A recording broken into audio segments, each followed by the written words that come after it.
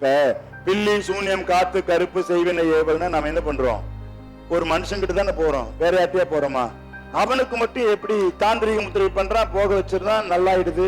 நம்ம மட்டும் அவங்கிட்ட போய் பணத்தை கொடுத்துட்டு, ஐயா எனக்கு தூக்கமே இல்லை, ஐயா எனக்குள்ள ஒரு விதமான நடுக்கம், இது பில்லி சூன்யம் காத்து கருப்பு இருக்குதா இல்லையா? இருக்குது என்பவர் அனுபவித்தவர், இல்லாது என்பவர் இன்னும் அதை பார்க்கல. புரியுதுயா? யாரு இருக்குதுன்னு சொல்லுவாங்கன்னா, உடம்புல ஒரு விதமான நடுக்கம் வரும், பயம் வரும், உடம்புல ஒரு விதமான பதட்டம் உண்டாகும். படுத்தோம்னா அடுத்த செகண்ட் தூங்கினா ஒரு விழிப்பு வரும். ஆன்மாக்களுக்கு அழிவில்லை, உடம்பு அழிஞ்சு போயிடும். இந்த தேக கூட்டில் இருந்து ஆன்மா வெளியில போயிடும், தேகம் கெட்டு போச்சுன்னா. ஆனா ஆன்மா பரவெளியில நின்னுகிட்டே இருக்கும்.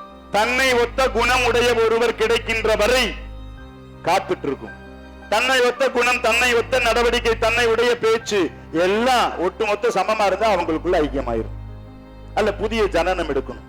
இவங்களை நம்ம வணங்கணும்னா இனி பிறவா நிலை, இன்னொரு ஜன்மம் எடுத்து அல்லல் பட்டு, லோல் பட்டு, கஷ்டப்பட்டு, துன்பப்பட்டு, துயரப்பட்டு வாழ்க்கை என்னும் பெருங்கடலை நீந்தணுங்கிற அவசியம் இல்லை. இவர்களை பிடிச்சிட்டோம்னா 18 சித்தர்களை இறுக பற்றி கொண்டால் இனி பிறவா நிலை. அதான் சித்தன்மார் 11 சத்தியத்தின் வடிவமாவர், புலன் கடந்து அகம் தெளிந்து பூச்சி போர் கரு கொடுப்பார், மொழி கடந்த மோன நிலை. மௌனம், பேசவே மாட்டாங்க, அமைதியா உட்கார்ந்துருப்பாங்க. பிரம்மமே உனக்கு முன்னால் நான் தூசு, எழுதி போட்டிருக்கும் பாருங்க.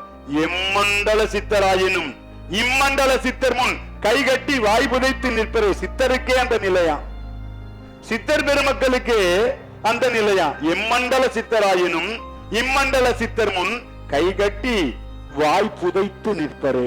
சித்தருக்கே இந்த நிலைனா நாமெல்லாம் என்ன?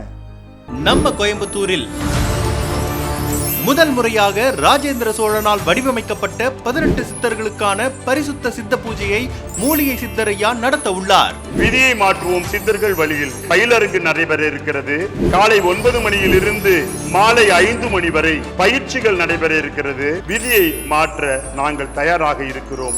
நடைபெறும் நாள் ஆகஸ்ட் 17 ஞாயிற்றுக்கிழமை காலை 9 மணி முதல் 5 மணி வரை. நடைபெறும் இடம் ஸ்ரீ ராமகிருஷ்ணா விவேகானந்தர் ஆசிரமம், சித்திரைச்சாவடி, கோயம்புத்தூர்.